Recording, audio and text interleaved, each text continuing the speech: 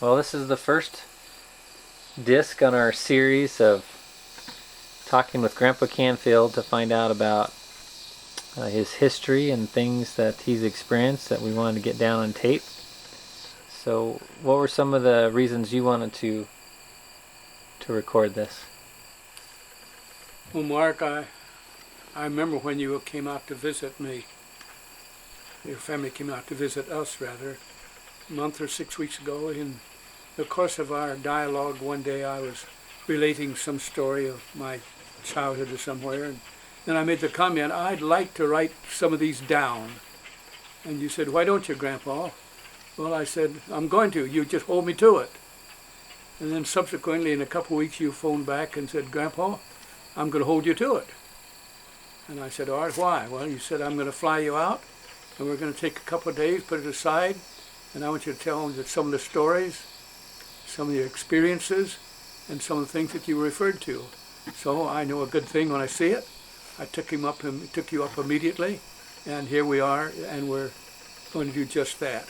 And I hope this is more than just a time to tape and say something, but I hope I can distill and along with capturing some of the potent and some of the personal and some of the meaningful events of 88 years. Because my lifespan now is almost a century, and there are certain cultural things that are passing now.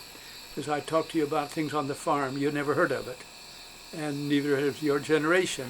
So maybe I can pick up a few items for the future's sake, and so my thanks to you, Mark. I wouldn't be here if you hadn't initiated it and supported it, and it was your and conceived this idea. And I think it's a good idea. Some of our children I mentioned were coming, and they thought, this is great that Mark's doing it. So let's start there. I should pay my allegiance and my respect and my tender love and gratitude to my parents. They were two wonderful, wonderful American Christian individuals. Dad came from pioneer stock, born in a sod hut, with a sod dirt floor, and snow blowing in the cracks in the wintertime in the sod hut of Kansas. He was a pioneer in many ways. He could fix anything, make about anything, very practical, very hard worker. He had a very definite work ethic. That was much of the values of back 50, 75 years. It was just hard, sanctified work. And Dad was the hardest worker in the county, in the area. A man without malice. He was so honest and so transparent that he used to provoke me. He'd sell you a milk cow, he'd tell you everything was wrong with her. I'd say, Dad, you tell everything that's good about it, they'll find out what's wrong with it. But not Dad. He just was so sincere, so transparent that sometimes it was provoking. He was so transparent. But what a man. And I owe so much to my dad. I can still feel his calloused hands on occasion when I shake hands with somebody at a meeting or somewhere, and I feel some calloused hand, maybe a carpenter or something. I say, wait a minute, come back here, I want to shake your hand again. That made me feel like holding my dad's hand when I was a boy. I can feel the calluses in your hand.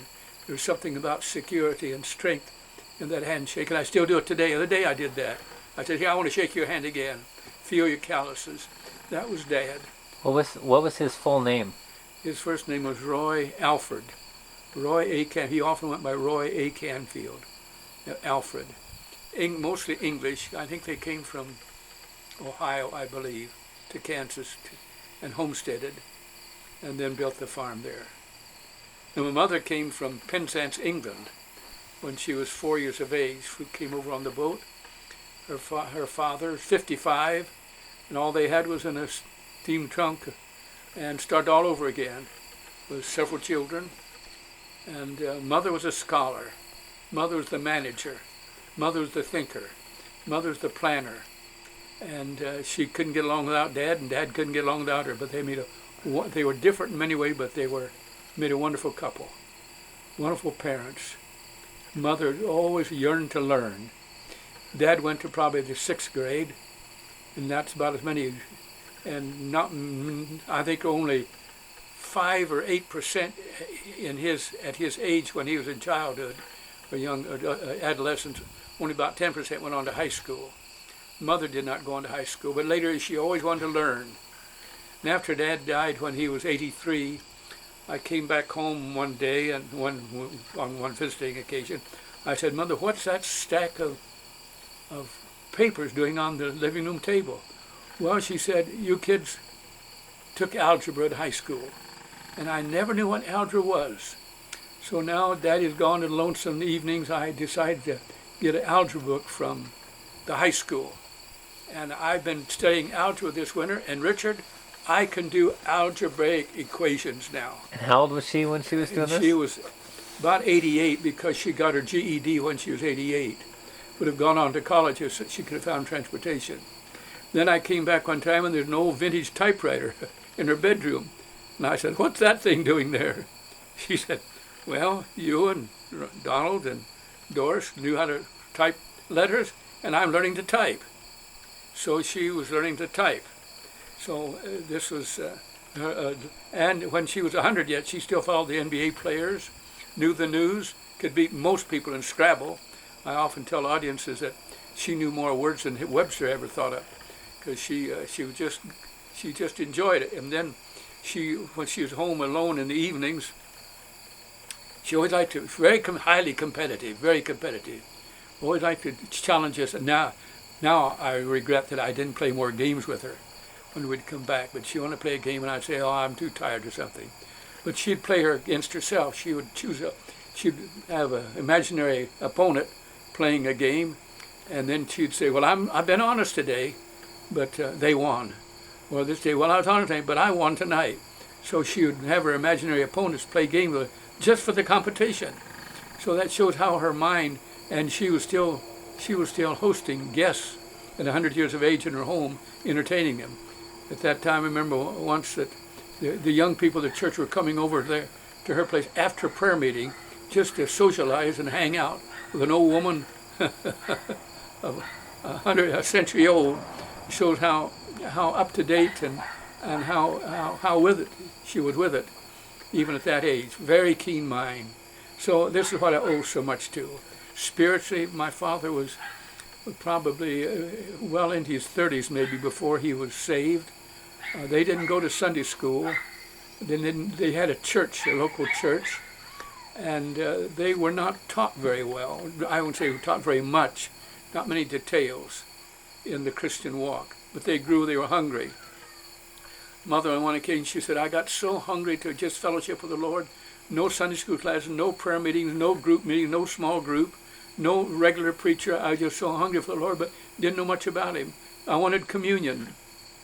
So one time she said, I took some grape juice and some bread and went down to the creek in the woods, and I just had a communion service with the Lord, just hungering, just an insatiable hunger to know the Lord better. But I had nobody to go to, no Christian she could fellowship with.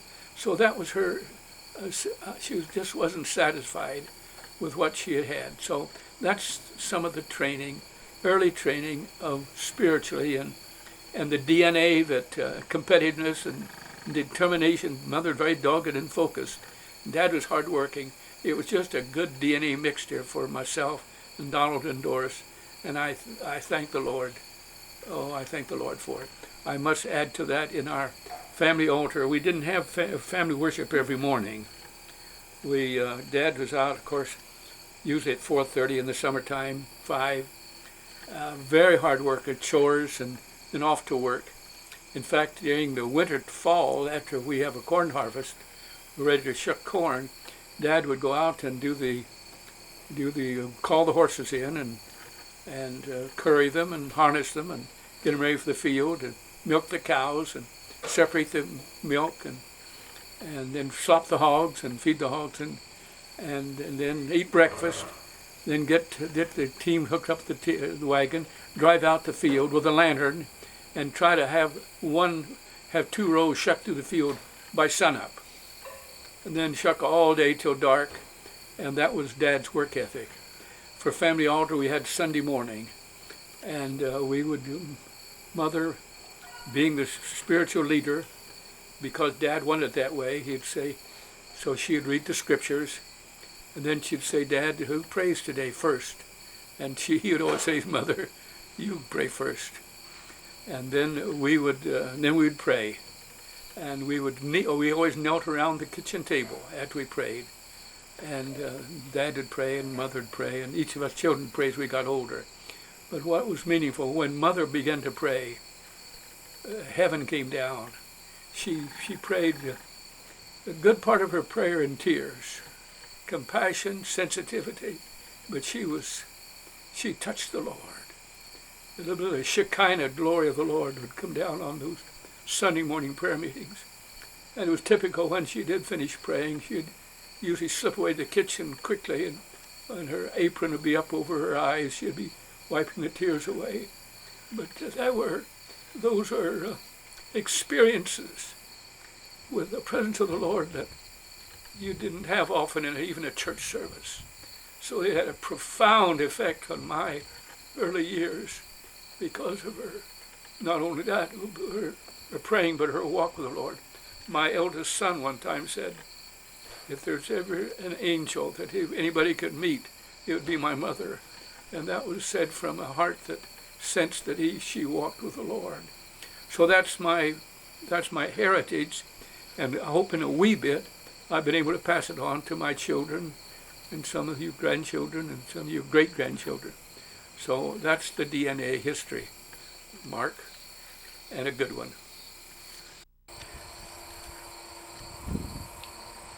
How about you tell us a little bit about early childhood memories?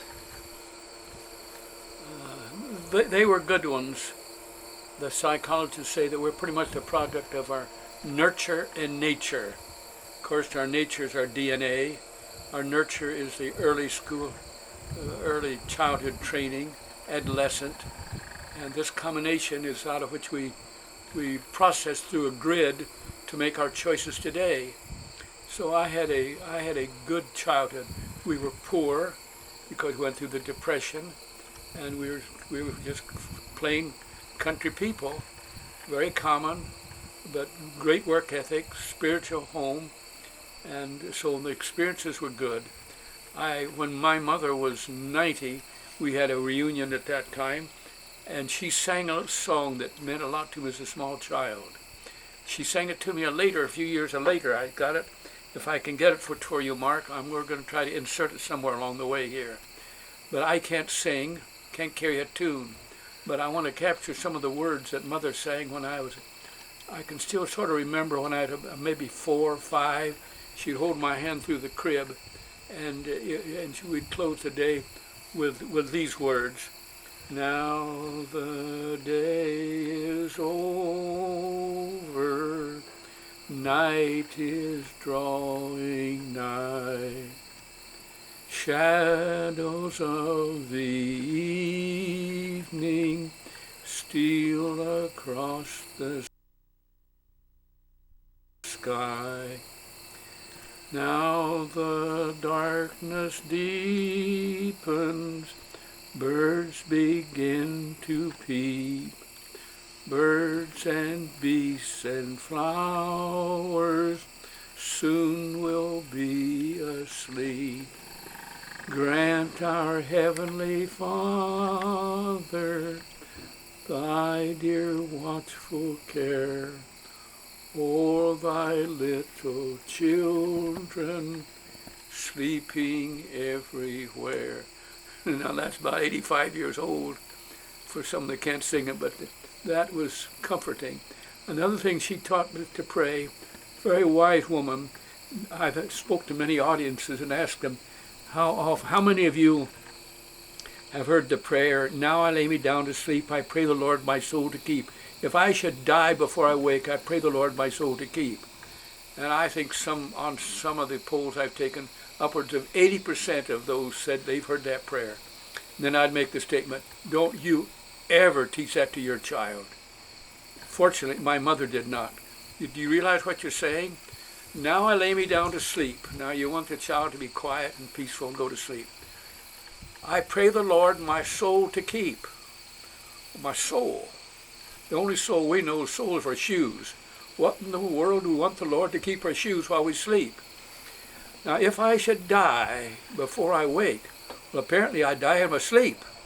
Oh my goodness, I'm going to sleep and that's where I die. And about that time we've gone downstairs 2 or 3 times and chased back up, saying, if you come down one more time, you're going to get it. So you got the fear of your dad in your soul, and about that time there's a limb out on the edge of the house is scratching a bit, and there's a noise, and a dog's howling down the street, and I'm going to die in my sleep, and then Dad's going to come up and punish me if I get up again. Can you see that scenario of telling a child to go to sleep? If I should die before, I pray the Lord my soul I pray the Lord to take my shoes. What's he want with my shoes? Now that's pretty much what a child interprets a prayer. But my dear mother prayed, now I lay me down to sleep, pray the Lord. If I should die, in the morning when I wake, make me a good boy for Jesus' sake. And that's good theology and it's good psychology. That matched. But to say if I should die before I wake with a small child, no. In the morning when I wake, that's positive. And make me a good boy for Jesus' sake, that's good theology. So that's the type, and she never knew any better. It just made sense to her that you didn't scare the boy to sleep, but rather you lulled him to sleep in peace. So that's the kind of training I had, and from a wise mother and dad. So, and then school, of course, country school, about 6 when I went to school, 1.5 miles through the field, pasture, where the cows and the bull was. You always watched where the bull was. And crawled through the fences, crossed the railroad tracks, and then walked another 3/4 mile to the one-room schoolhouse. We carried the water from the next farm 1/2 mile away, and 2 of us boys, and with a stick between us, and about a 1/2 gallon bucket. We started out with a bucket full of water, and probably 2 and 3 gallons. By the time we got back to the schoolhouse, usually it was half gone. And then we had everybody had our own tin cup, own dinner buckets, one furnace, of course, and one teacher. And they were good years, but then after school, at 4 o'clock, we'd walk home 1.5 miles. A 6-year-old, it was quite a thing at that time, going through the fences, always scared of the railroads. But they were good years. In later years, Doris joined me, and then I graduated, and Donald came along. So those are my, not too many experiences other than that one, I guess one I can remember. I was about halfway to school one morning, and one of the Eichmann boys came down the road towards me on the old Daisy, full gallop. He was riding bareback. He drove past me up to Mr. Thomas's house. He said, "The schoolhouse is on fire." Oh, that scared me to the core. I ran to the schoolhouse, and there the fire was, and the roof had caught on fire, and the 4 rings had gone out on the party system, and the farmers were coming now, and I can remember Dad yet coming up. We only had 2-wheel brakes on a car then, and Dad come skidding up to the high school, or I should say the grade school. Back wheels were sliding. I'd never seen them slide before, and they, of course, only had brakes in the rear wheels then. And then they put out the fire. But it's such trauma to me, such trauma, and I didn't understand it. I was only probably 7 or 8 at the time. I had a fear of fire, one of the greatest fears I had in a lifetime. Up till 40, 50 years later, I could still come back from vacation in my 50s. The first thing I'd think of coming down the road is one of the houses burned down. And as a younger boy, I'd circle the house at night just to check the fire. It was a fear and a trauma that I didn't get over for nearly half a century. So that shows how important it is to protect our children from traumatic fears in the early years. But continuing on about the high school in our next episode here.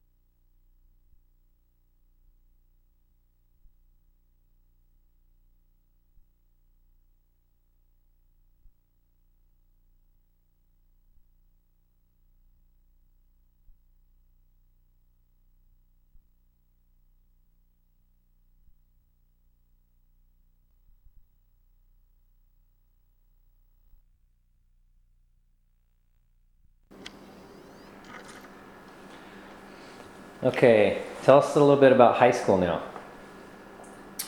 That's a delight. I was fortunate to be encouraged by mother and dad to go to high school.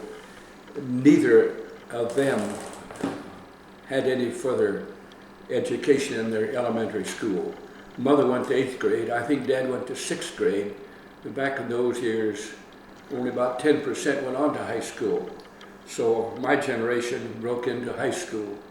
But when you live 5 miles from school, there are no school buses. How do you get to school? You can't walk. It's kind of a difficult thing to board. However, Doris did that the first 2 years.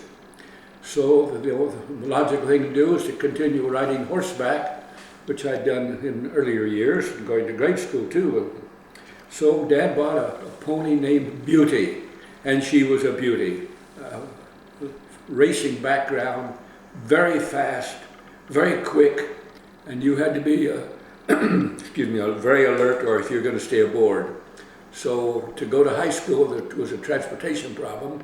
So Dad found a barn up in Chester, 5 miles from home. We rented it probably for a pittance, and I rode to high school for the first 2 years, into freshman and sophomore. A typical morning going off to school would be, of course, get up and go out and curry the pony and saddle her and feed her and come back in and have breakfast. And I suppose around 7 o'clock, or there about 7:30, I'd swing into the saddle. And to swing into the saddle aboard Beauty was a trick. You'd grab the pommel and the foot in the stirrup, and once your right foot was off the ground, she pivoted 360 degrees. And you want to be swinging fast or you'd never land in the saddle. But when she did the 360, she was out. The first step was a full gallop. And you had to have a hold of the reins and untied and be seated. So it was about I suppose a 25, 30-minute ride. We galloped all the way. Some cold mornings when it was near freezing, I should say near zero. Freezing would be not a problem, but when it's zero, the frost or the breath of her breathing, puffing, panting, would come back against her breast and chest, and it would freeze, and it'd be just white. So her nostrils, front of her head, her side of her neck, down her chest, down her legs. If you saw straight on, you'd think she was a white horse because of the frost freezing on her. And we didn't know what wind chill was then. We didn't know what snow days were. It was always an embarrassment to miss a day at school or to be tardy.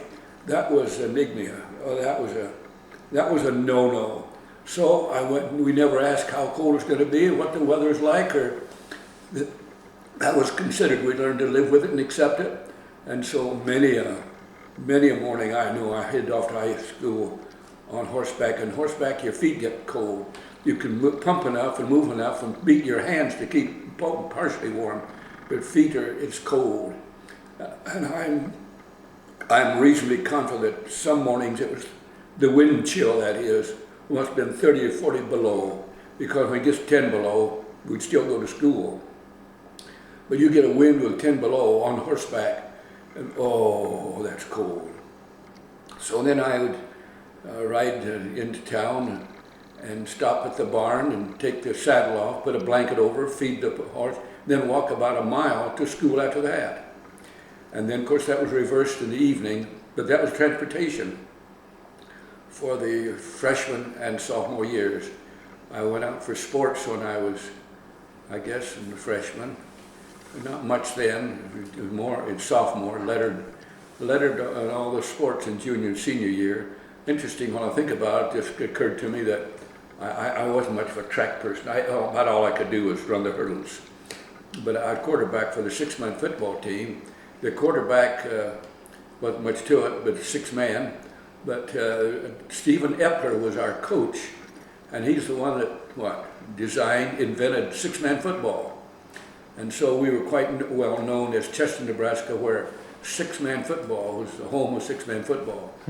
So I got to play on the University of Nebraska gridiron in Lincoln on on one occasion, known because we came from Chester, we played the state champions Wahoo on that grass. I don't know. I think it must have been 2 inches high. We didn't have grass on the farm. And our football field was buffalo burrs mowed with a mower, leaving stems about that high with stickers on, packed as hard as rock in those dry days, and then to go and play on grass. It was a pleasure to fall down and be tackled and just lay there. Well, we didn't win, but it was worth the experience. So we played football under rough conditions, and we didn't have much sanitation those days either. When when you're riding horseback, you don't bring your clothes home to wash them, so you just stack them in the locker. And that, I still think of the locker room and the smell of that locker compared to today. So our shirts, our sweats, clothes never really dried out from day after day after day. Never washed them. We would go weeks without washing them and sweating, and they'd be sweat through when we took them off. But I guess we had to be tough in those days. So those are some of the, although I did in sophomore. I lettered as a sophomore. In track, I somehow rode along with the track team that day, and it was at Lincoln at the try something. Several, I guess must have been three different schools participated. But if you placed in any event at the track meet, you lettered for the year. That was because it's a pretty good competition there. And I was there and standing there, and there was an open place for low hurdles. The coach said, "Dick, you want to run it?" So I ran it, and I placed second or third, and lettered for the year. And it took me 5 minutes to do it. But